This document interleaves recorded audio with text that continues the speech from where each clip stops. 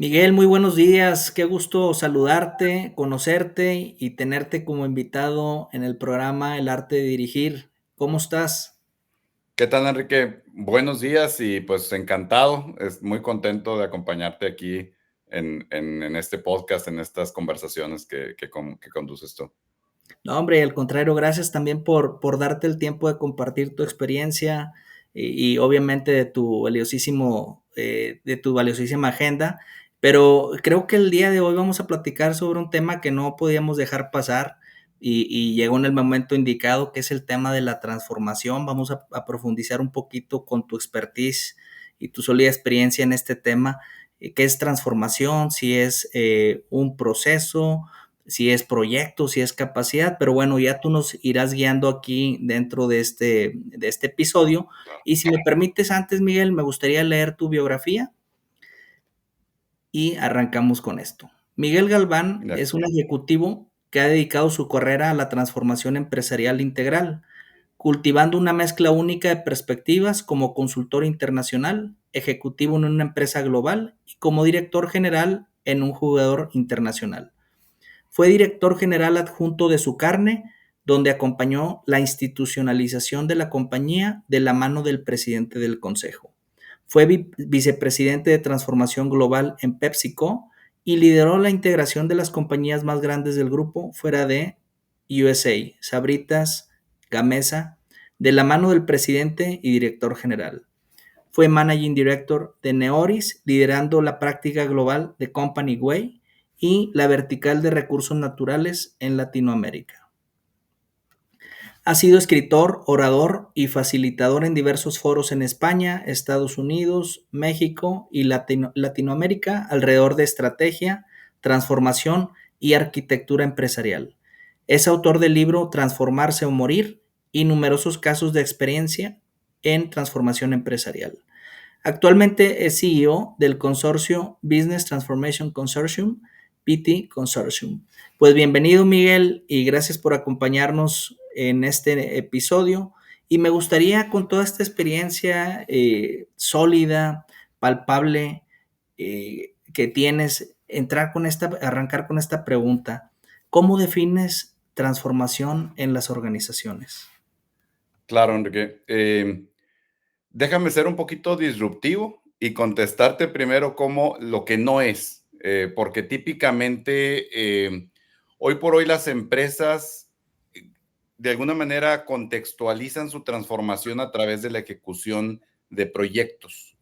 Entonces, de entrada, transformar una organización no es ejecutar un proyecto, aunque sea muy grande. Ya. Implementar el ERP, contratar a una consultoría de mucho dinero para desarrollar una aplicación, para desarrollar un cambio organizacional, para definir una estrategia. Todos esos, Enrique, son elementos de la transformación de la organización. La transformación empresarial nosotros la definimos como todo un programa sistémico y sistemático de ir moviendo la organización de un desempeño actual a un desempeño deseado o futuro. Es decir, no puede solamente cambiar una parte de la organización. La transformación de la empresa tiene que necesariamente ser sistémica porque la empresa es eso, es un sistema social. Entonces, ahí es donde empezamos un poquito a ser disruptivos, porque en realidad hoy por hoy, como te decía, la transformación de las empresas se ha visto como la ejecución de proyectos y proyectos aislados. En realidad lo que vemos, y para hacerlo muy sencillo, Enrique, es como una metáfora. Si tú estás hoy por hoy en ciertos hábitos alimenticios y de ejercicio, etcétera, tu transformación personal no va a ser porque hoy comas verduras y nada más, ¿no? O porque hoy te vayas a hacer ejercicio y nada más. Tu transformación Ok. personal tendría que ver con tus hábitos del día a día, con tu serenidad, con tu cuestión del trabajo, con tu meditación, con tu ejercicio, con tu alimentación, con tus relaciones, con tus gustos, tus hobbies, etcétera. Es lo mismo en una organización. Es realmente la integración de todo un programa de cambio en el tiempo y no un proyecto aislado en un momento en particular. Muy, muy, muy interesante porque luego escuchas, como tú bien comentas y en mi poquita experiencia ves, hoy estamos haciendo un proyecto de transformación y ves a una sola persona liderándolo. y pareciera que no es parte de la conversación dentro de la organización, ¿no? Claro. Entonces, con esto que vienes a comentar, incluso entiendo que es parte, y corrígeme si digo algo incorrecto, es parte del ADN, va a ser parte de una cultura, va a ser algo que llegó para quedarse, ¿no? Claro, totalmente. Y tocas el punto más importante, Enrique. Tenemos que entender en dónde estamos parados. O sea, hoy las empresas, cualquiera que sea su industria, su momento, su tamaño, etcétera, las empresas estamos viviendo una, yo le llamo una convergencia inédita de retos. Es decir, las empresas en el pasado tenían retos siempre, Pues evidentemente, sí. pero si te pones a pensar, nunca como hoy. O sea, nunca la diversidad de cambios o de retos, vamos a decirlo así, tan disruptivos, tan acelerados y tan inesperados. O sea, esa convergencia, llámale macroeconómica, sociopolítica, sanitaria, de cambio climático, de regulaciones, generacional, de regulaciones fiscales, laborales, comerciales, etcétera, nunca se había presentado en las organizaciones, y fíjate que llamo organizaciones, no solo empresas, en las organizaciones toda esta convergencia, perdón, de retos. Entonces, hoy por hoy, la reflexión sobre esto tiene que ser en tres sentidos. Uno, transformarse, como bien lo dices tú, o evolucionar la organización, tiene que pasar de ser una idea, una estrategia o un proyecto aislado a ser una habilidad ejecutiva de los directivos y una capacidad organizacional de la empresa de continuamente estarse transformando, estar evolucionando el modelo de negocio, el modelo de empresa. Esa es una primera parte. Tiene que dejar de verse, como decía yo ahorita, de un proyecto a, tiene que ser visto como un mapa de ruta más Mm, integral de cambio de la organización y tiene que dejar de verse la batalla entre la operación y la transformación. Es que estoy muy ocupado operando, no puedo transformar ahorita. No es por ahí. O sea, realmente totalmente. hoy la responsabilidad de los directivos tiene que ser primordialmente estar viendo hacia dónde vamos y cómo muevo la organización en su conjunto hacia allá, lejos de estar solamente operando el presente, el hoy, etcétera. Para eso tenemos los diferentes equipos en la organización, pero el equipo directivo tiene que estar viendo hacia dónde vamos moviendo la empresa. Insisto, eso ha sido siempre. Nada más que el tema en estos tiempos es que hoy no es una, como dice por ahí en inglés, no es nice to have, es un must have en realidad, ¿no? Totalmente, y creo que aquí va bien anclado el nombre de tu libro, Transformarse o Morir, ¿no? Y fíjate que he platicado con algunos ejecutivos como tú en este podcast y todos coinciden en algo, es que las organizaciones, y ahorita lo acabas de mencionar, los ejecutivos dentro de las organizaciones deben pensar no en el presente, sino en el largo plazo. O sea, Claro, ¿cómo vamos a hacer que la organización sea sostenible? Entonces, dentro de este programa es uno de los principales para mí, eh, ahora sí que aprendizajes, ¿no? Porque realmente vas y ves el día a día y, oye, ¿cómo vamos a salir en el margen de la organización este mes o en este trimestre? Pues, ¿sabes qué? Para proyectos, para CAPEX, para inversiones, para que se vean, para no pegarle el gasto, digo, términos financieros, etc, etc.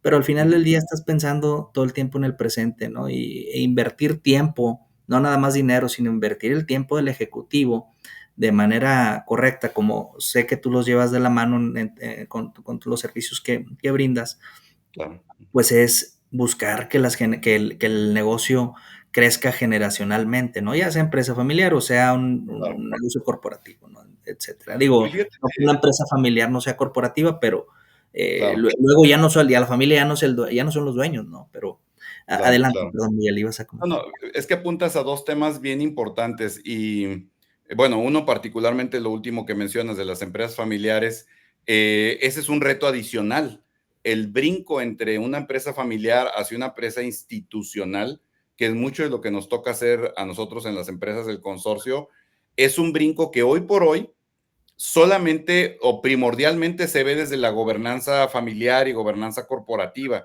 Y ese es un elemento muy importante, pero es solo un elemento. En Sí. realidad, la transformación institucional, que es de lo que va un poco el libro de Transformarse o Morir, la transformación estratégica de gestión digital, organizacional, cultural de la empresa, esa es la verdadera institucionalización de la compañía. Ese es un punto muy importante y si quieres ahorita abundamos un poco sobre las empresas familiares porque hay realmente muchas dentro de nuestra región. Pero quería puntualizar el otro tema que mencionas muy atinadamente, Enrique, que es los ejecutivos están como muy cómodos, vamos a decirlo así, es una zona segura el operar. ¿Por qué? Porque es lo que me da la tranquilidad de ver un resultado concreto en el día, de decir, resolví el problema, saqué el proyecto, atendí la preocupación de los accionistas en este momento. Pero fíjate, bien interesante la reflexión con respecto a la estrategia, con respecto a pensar hacia dónde va la organización, con respecto hacia la transformación de la empresa hacia adelante. Y no estoy hablando de un futuro de 5 años, ni siquiera. Hoy por hoy, en el consorcio, Enrique, los planes estratégicos inclusive que hacemos son en base a escenarios. Son no máximo de 3 años y los hacemos en base a escenarios. Si se dan estas variables, es por este camino. Si se dan estas variables, es por este otro camino, etcétera. Entonces, realmente es muy congruente digamos, con toda esta convergencia de retos que te decía el plan estratégico. Pero fíjate que la reflexión que hacemos con estos equipos para realmente convencerlos de que tienen que destinar tiempo de calidad a esta reflexión y a esta conducción de la empresa hacia el futuro, es que si te pones a reflexionar, Enrique, si ellos dejan de hacer o de dedicar ese tiempo a la estrategia y al pensamiento de futuro, están dejando vacante una responsabilidad que solamente la va a cubrir una persona o una entidad. Y esa persona que la va a cubrir se llama competencia. Es Totalmente. decir, dentro de su empresa, si tú dejas vacante la reflexión de la estrategia y el dedicarle el tiempo a la transformación y a conducir a tu empresa hacia el futuro, nadie más lo va a hacer. O sea, en tu empresa nadie más lo va a hacer. Seguramente lo va a hacer la competencia mientras tú estás operando. Entonces, ahí es donde Totalmente. la reflexión con los equipos directivos que acompañamos, como que cae el 20 y cae la preocupación de decir, ah, caray, espérame, de veras hay que dedicarle un poquito de tiempo a esta reflexión y no solamente a la operación del día a día, ¿no? Sí, es como, perdón, y es como casi la reflexión lo comentas de manera muy atinada, es como correr un maratón sin preparación. O sea, a lo mejor a lo mejor llegas, ¿no? A duras penas, pero 2 maratones ya vas a estar yonqueado, el tercer maratón ya no vas a poder, o a lo mejor no llegas, ¿verdad? Como tú O no dices, la llegas, gente ¿verdad? que se preparó va a ir Ujú. a un paso firme, constante, porque está viendo la meta a un mediano o largo plazo, y tú ni siquiera calentaste, ¿no? No te diste ese tiempo para calentar y hacer ese ejercicio, ¿no? Pero bueno, oye, y siguiendo con esta reflexión, ¿qué esperan los CEOs de la transformación? Fíjate que es bien interesante esa pregunta, Enrique, porque te voy a decir que nos hemos dado cuenta con los directores generales y cuando entramos con ellos en este tipo de conversaciones se da un espacio de mucha apertura, de mucha humildad y de serenidad por parte de los directores generales y nos dicen 3 cosas que es lo que esperan. Primero que nada, Enrique, la mayoría de ellos tienen muy claros los qués. Mm, Tienen claros los qués de manera estratégica o general de alto nivel, donde dicen, oye, yo quiero llevar la empresa hacia allá, yo quiero que necesitamos la expansión internacional, necesito la diversificación del riesgo, necesito estar más cerca del consumidor, necesito estar, o sea, tienen los qués de alguna manera medianamente clara, vamos a ponerlo así, ¿ok?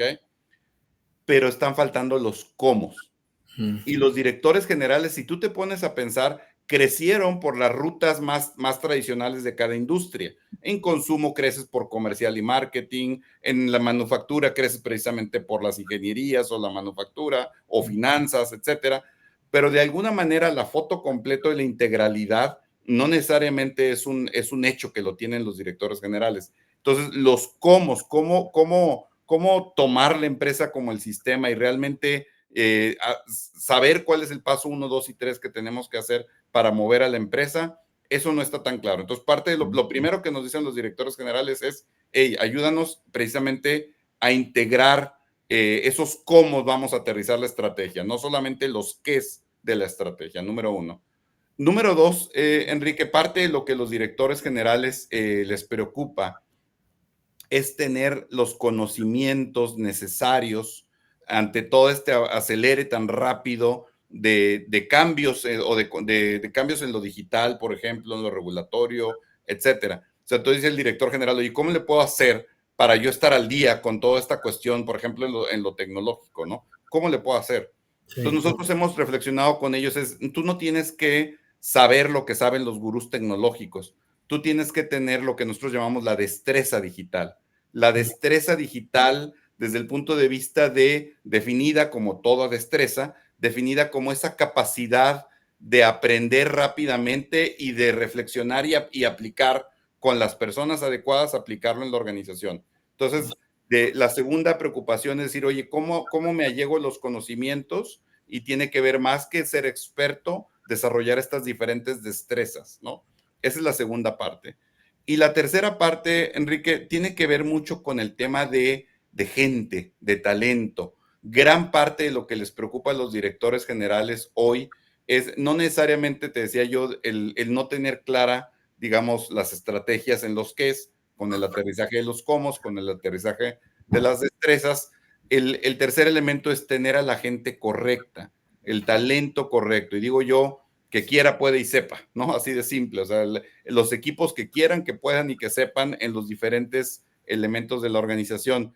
Porque hoy por hoy, Enrique, uno de estos retos que están convergiendo en las empresas es la complejidad del talento, tanto porque está cambiando en algunas profesiones por la inteligencia artificial, como porque está cambiando por la cuestión generacional. La forma de gestionar el talento no es la misma hoy de la que era hace algunos años.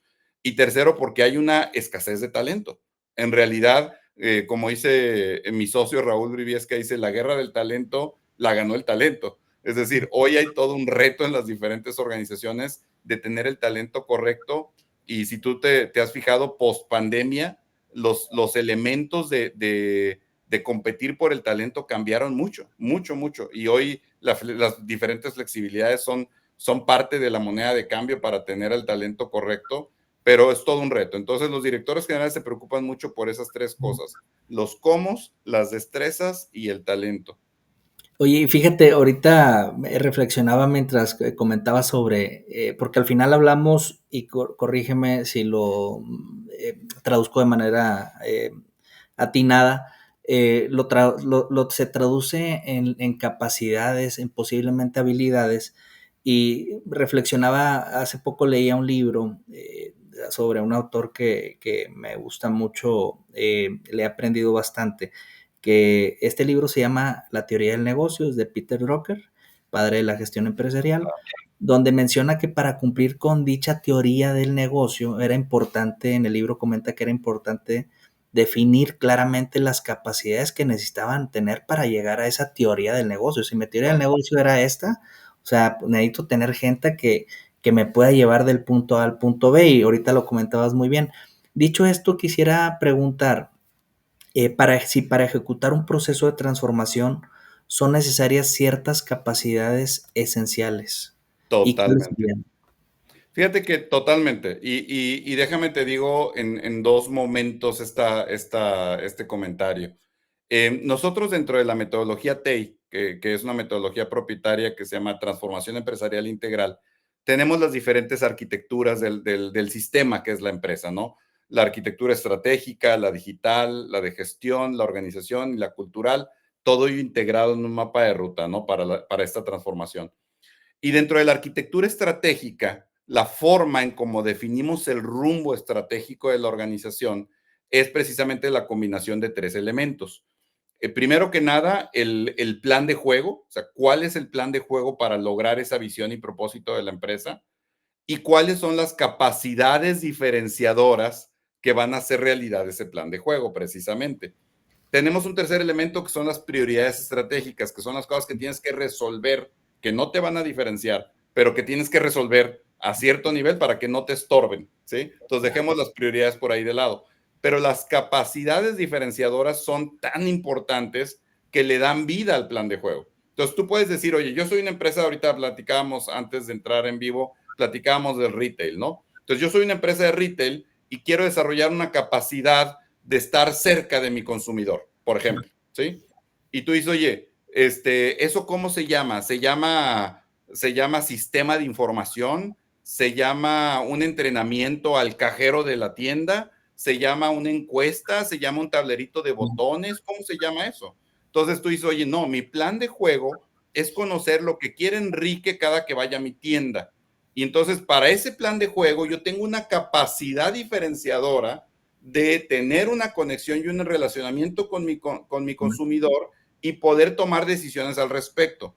Si esa es la capacidad diferenciadora, ¿cómo lo hago real en la empresa? Y aquí voy a mi segundo comentario. Y yo también soy un fan de Peter Drucker y fíjate que ha adelantado a su época porque él veía precisamente la empresa como un sistema, ¿no? Sí. Entonces, ¿qué es una capacidad organizacional? Una capacidad, empiezo por decir lo que no es una declaración, o sea, no es una declaración nada más, tengamos o vayamos hacia allá, no es un proyecto tampoco, ni es un elemento aislado de tecnología, de proceso, de lo que sea.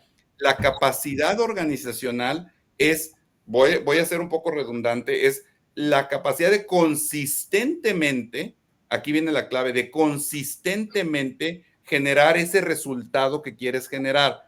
¿A través de qué? A través de la combinación de un rumbo claro, de la tecnología adecuada, de los procesos adecuados, de la organización y la gestión adecuada, de la cultura y de la infraestructura. Entonces, si yo no combino todos estos elementos de una forma en la que consistentemente dé ese resultado, no puedo decir que tengo una capacidad organizacional. Si tengo solamente uno de ellos, pues es un deseo, una declaración. ¿Me explico? Es como regresamos a tu metáfora del maratón. Oye, tengo la capacidad de correr maratón porque ya corro 21 kilómetros y porque dije que lo voy a correr. Pues no, te me vas a infartar en el siguiente maratón, ¿verdad? Si tienes la capacidad de correr maratones es porque tienes la alimentación, porque tienes el plan de entrenamiento, porque tienes la mentalidad, porque tienes el equipo, tienes o sea, todo el sistema completo, ¿no? Entonces, eso es lo que es una capacidad, Enrique, que en realidad tengas toda la convergencia de estos elementos y volvemos al punto inicial de la conversación.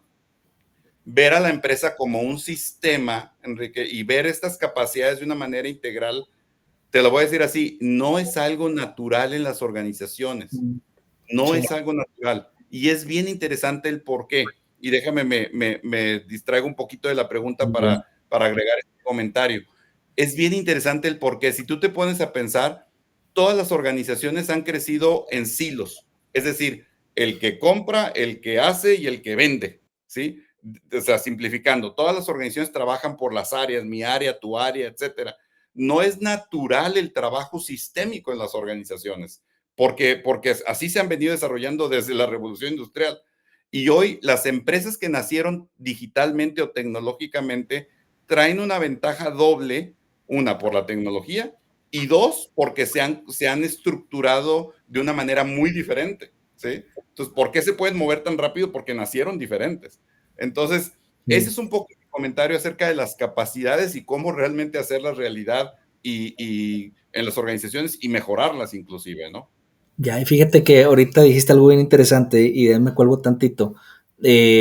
Hace algunos meses escuchaba un podcast, una entrevista también a un CEO y le preguntan, oye, ¿se le puede agregar valor a las empresas pues que ya tienen 70, 80, 90 años y que son grandes corporativos?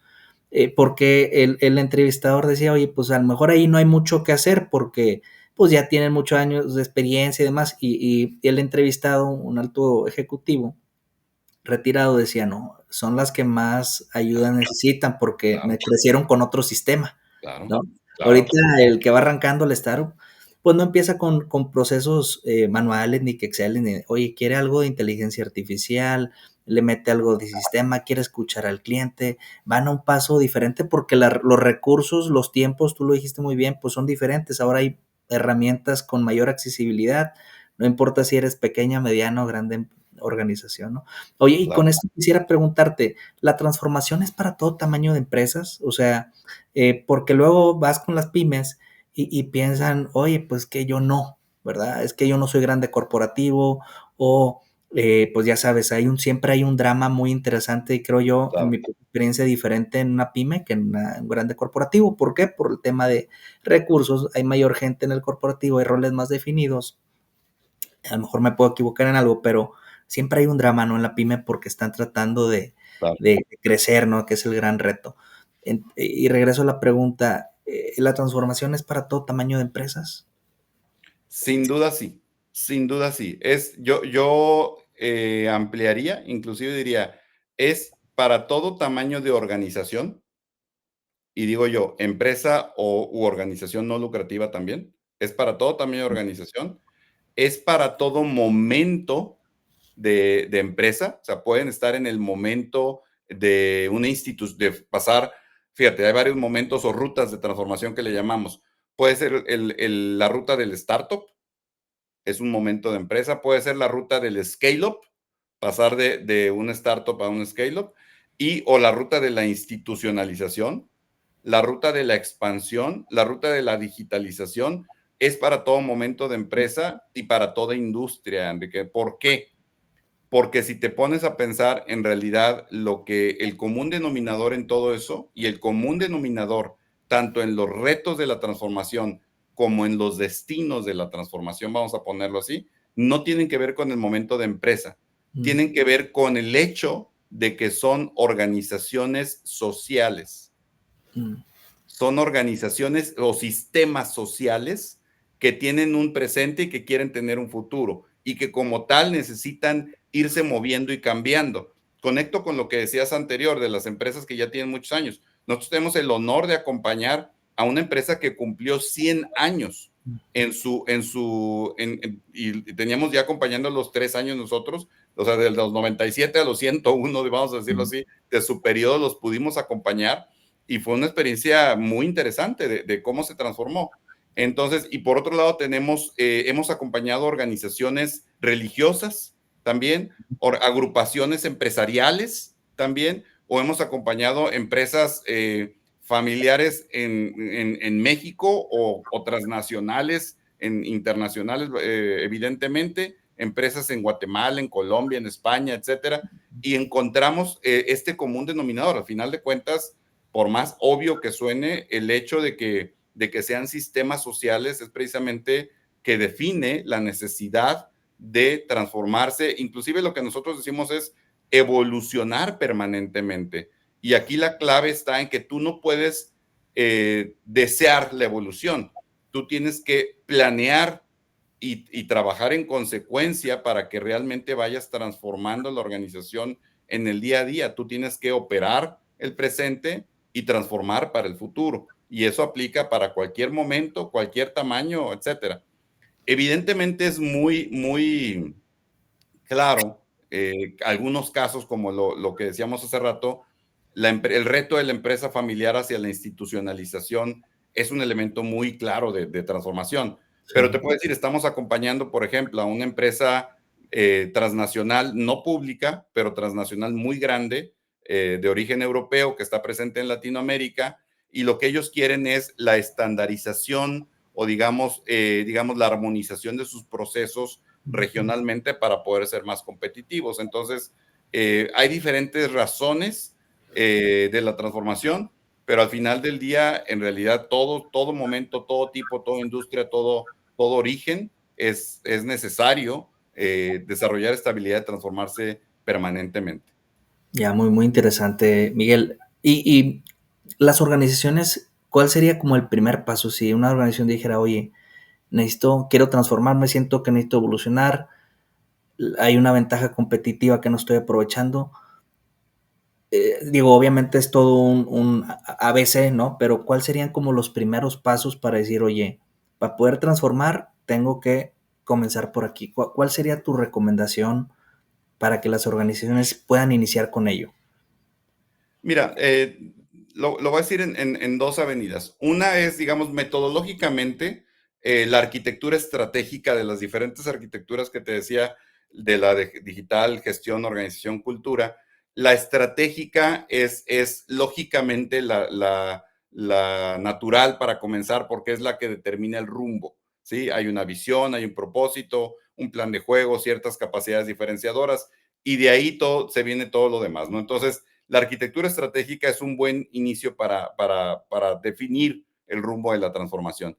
Eso es una parte. Sin embargo, ya en la realidad, las primeras etapas de la transformación tienen que ver con la conversación con el director general, ¿sí? Que el director general entienda y traduzca sus dolores y sus necesidades hacia un mapa de ruta de transformación y que vea en esa transformación y en ese mapa de ruta algo muy suyo, algo lo que le va a resolver realmente lo que él quiere hacer con la organización y no lo vea como un proyecto de la persona de recursos humanos o del de TI o de que pues le sonó bien, pero ahí vamos viendo, y es bien interesante, Enrique, porque hemos visto, de hecho, hasta tenemos un modelo de madurez del director general que es inclusive un poco anecdótico, porque decimos que hay una primera etapa del director general donde dice, no, no, no, no, eso no, no es relevante ahorita, tenemos problemas de operación, urgencias, cuando sea grande vemos eso, ¿no? O sea, cuando estemos bien vemos la transformación. Esa es como la etapa cero, ¿no? Del director general. Luego pasan a otro momento donde dicen, oye, pues eso suena interesante, como que deberíamos de meterle tiempo a ese tema de la transformación, a ver, propónganme algo, ¿qué hacemos, no? Entonces ya está interesado, ya pasa la etapa uno, ¿no? Luego pasa la etapa en la que dicen, oye, este tema se me hace que es bien importante, a ver, vamos a dedicarle más tiempo, a ver cómo lo hacemos, cómo le metemos, a ver, enséñame un poquito más, yo quiero aprenderle, yo quiero involucrarme, y eso ya están mucho más metidos, ¿no? Entonces ya la transformación está agarrando vuelo. Y ya hay una siguiente etapa, la etapa 3, donde, y es bien interesante, porque la defino yo de una manera muy, muy sencilla, le dice el director general, ya la vi, esta es mía y yo no la suelto, o sea, ya la vio de que es la forma de Sí. poder realmente ver la empresa y tomar la gestión de la empresa como un todo y la hacen suya. Y me ha pasado, son momentos clave donde el director general tiene como ese aha moment, Mm. que lo tengo inclusive con algunas citas de los diferentes directores generales, dice, ya la vi y esta es mía. Esa es como la tercera etapa y hay una cuarta etapa, Enrique, que vemos que van evolucionando y es muy, muy interesante porque en la cuarta, digo, y así ha sucedido en todos los casos que han llegado hasta ese momento, la ven tan relevante que se dedican a evangelizar a otros directores generales. Se van llevando eso, que si participan en un consejo, que si tienen al compadre, que si al amigo, oye, es que tienes que verlo así, es que la metodología TEI, es que verlo como un sistema, es que la transformación va pasando esa evolución natural y te lo digo, por ejemplo, mi socio Pedro Padierna, que fue el presidente de PepsiCo, él pasó por todo ese recorrido que me decía, yo sé lo que quiero construir, pero no sé cómo, al grado de serse un experto precisamente que hoy mentorea a muchos directores generales, ¿no? Entonces, Sí, es interesante eso. sí, fíjate que lo acabas de decir muy bien y la realidad es que cuando ves que te genera realmente ese valor competitivo y hacia el Claro, interior de la organización también, ¿no? O sea, competencia no hacia el exterior, sino también internamente porque entiendo que sumas a toda la organización, ¿sí? Hay claro, un sentido de pertenencia, es parte, lo comentabas hace un momento, es parte de un hábito, es parte de la cultura y obviamente lo adoptas y ves que realmente está generando ese valor conforme conforme va avanzando la organización. Pero me detengo a preguntarte, ¿dónde monitorea el avance de la transformación? Lo comentaba, no es un proyecto aislado, no es un proyecto digital, es integral y es parte y corrígeme si lo traduzco mal, pero es parte de la esencia del negocio. O sea, no puedes decir estrategias por acá y transformaciones por acá, ¿no? Por lo que he aprendido correcto. contigo Ni en este tipo operación ni transformación. es Ujú, correcto, operación, transformación, si no es integral.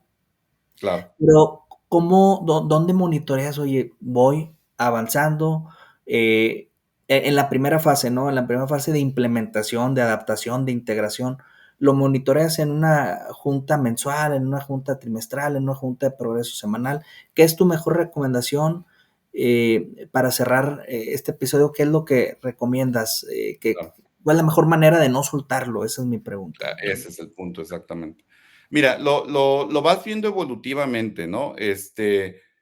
Al principio, te voy a ser bien franco, te decía yo al principio que la transformación no es un proyecto, pero en realidad al principio de recorrer esta ruta de transformación se gestiona, se trata y se monitorea como un proyecto, ¿sí? Se revisa periódicamente, le entran como proyecto y cómo va, sí, interesante, el taller 1, el taller 2, como que así va sucediendo, ¿no? Entonces, sin embargo, mi recomendación y a tu pregunta es, primero que nada, que se convierta en parte de la agenda del comité ejecutivo.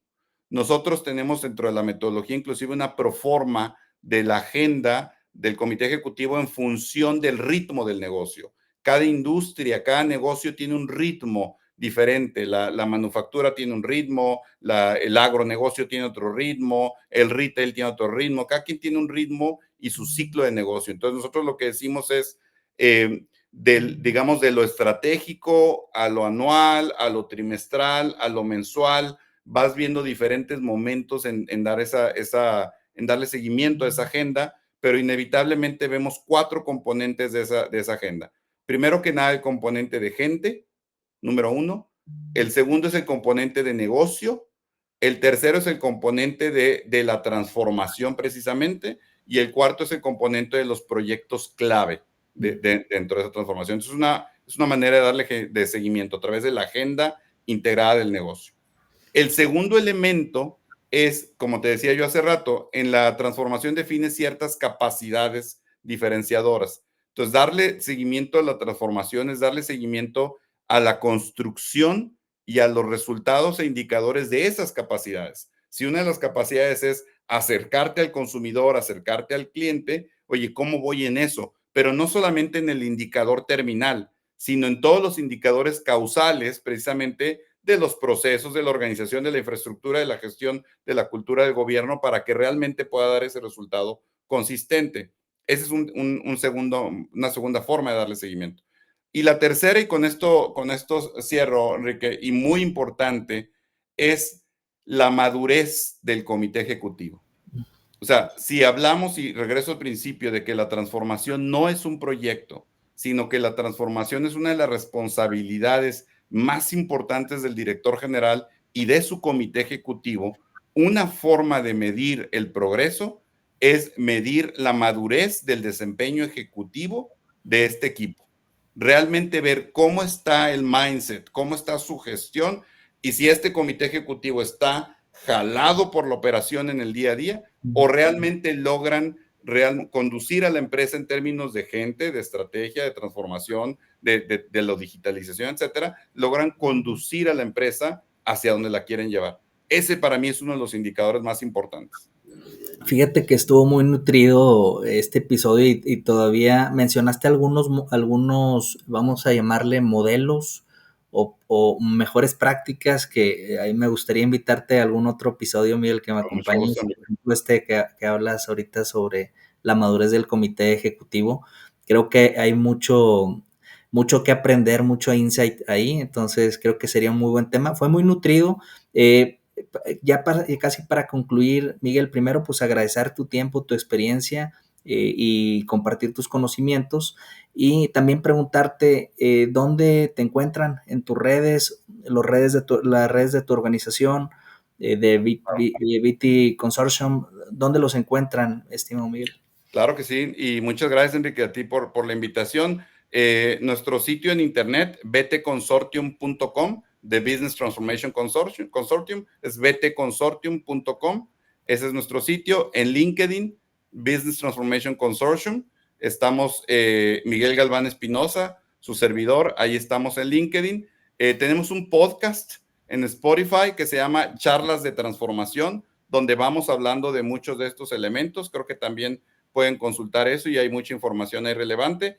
Y si en la página de BT Consortium se suscriben, nosotros estamos continuamente compartiendo mucha información y experiencias de todo esto porque creemos que que de la comunidad de profesionales de la transformación es que se co-crea mucho de todo esto y se comparten cosas que definitivamente van a ser de valor para muchas organizaciones, ¿no? Pues muchas gracias, Miguel. Espero que este episodio no solamente llegue a equipos directivos, sino también a aquellos emprendedores que van arrancando, aquellos startups que dicen, oye, quiero que mi camino sea menos doloroso. Bueno, pues este creo que es y creo firmemente que es la mejor ruta. Voy a dejar por ahí a aquellos que nos vayan a estar escuchando en YouTube, voy a dejar la liga donde pueden encontrar a Miguel, tanto de su vamos a decir, su cuenta personal, tu perfil personal de LinkedIn, Miguel, y también los de tu organización, si me lo permites, para que te Claro, puedan contactar en caso de que alguien sepa que es el momento de transformarse y no morir. Y con esto claro que sí. cerramos el episodio del día de hoy. Gracias por acompañarnos a un programa más del arte de dirigir. Y Miguel, nuevamente eres bienvenido. Gracias por tu tiempo, insisto, y fue una muy nutrida experiencia tenerte el día de hoy. Muchas gracias y muy buenos días a todos. Gracias, Miguel. Gracias, Enrique. Hasta luego.